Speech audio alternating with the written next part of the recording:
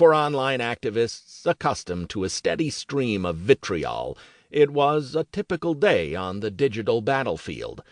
But the Washington establishment was slow to grasp the breach in the body politic fueling these ferocious social media clashes. By 2018, however, mainstream pundits had begun to acknowledge what the online community had known for years, that traditional media narratives were no longer adequate to describe the severity of the red-blue split. Appearing on CNN, Watergate reporter Carl Bernstein declared that America was in a cold civil war, and that Trump's bellicose rhetoric had brought it to the point of ignition. Bernstein's bleak assessment was echoed by NBC's Chuck Todd, who tweeted, "Let's be blunt. Our political parties are waging a cold civil war." New York Times columnist Thomas Friedman fretted, "I began my journalism career covering a civil war in Lebanon. I never thought I'd end my career covering a civil war in America." The fear that America is on the cusp of, or may already be embroiled in, some form of internecine war is well-founded.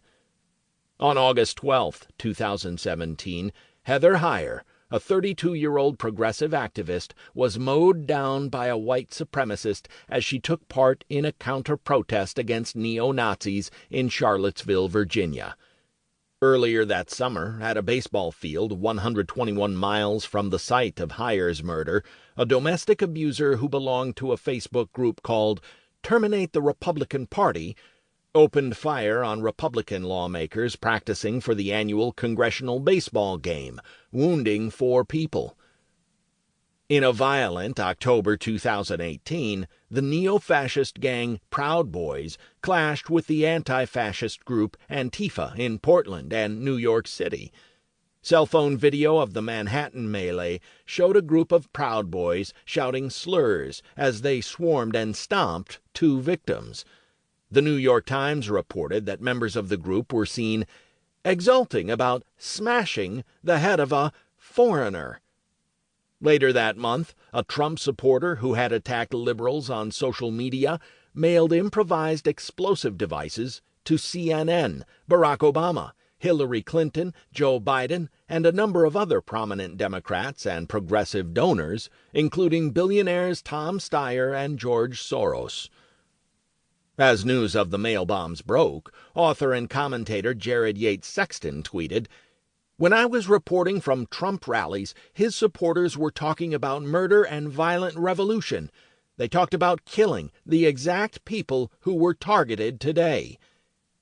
Digital activist Caitlin Bird reacted to the news with a Twitter thread about the roots of right-wing violence.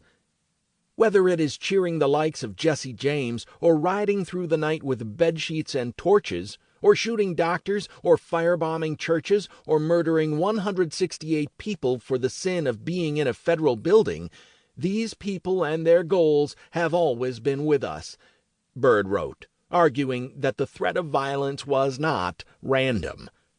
"It is not isolated, it is not unpredictable, it is not unprecedented. It is the legacy of selfishness and white supremacy that we refuse to challenge, and it will come for us until we confront it," she tweeted. Right-wing media put their own spin on the story, claiming that the intercepted explosive devices were an elaborate Democratic hoax. Michael Savage, a radio host who once mocked veterans suffering from PTSD, proclaimed that it was a high probability the entire incident was a false flag to gain sympathy for the Democrats, and to get our minds off the hordes of illegal aliens approaching our southern border. Right-wing radio personality Rush Limbaugh, whose angry anti-liberal rants have shaped the views of a generation of Republicans, asked, "What sense does it make for a conservative Republican to gum up the works here by sending a bunch of bombs that are not going to go off and that are going to be discovered?"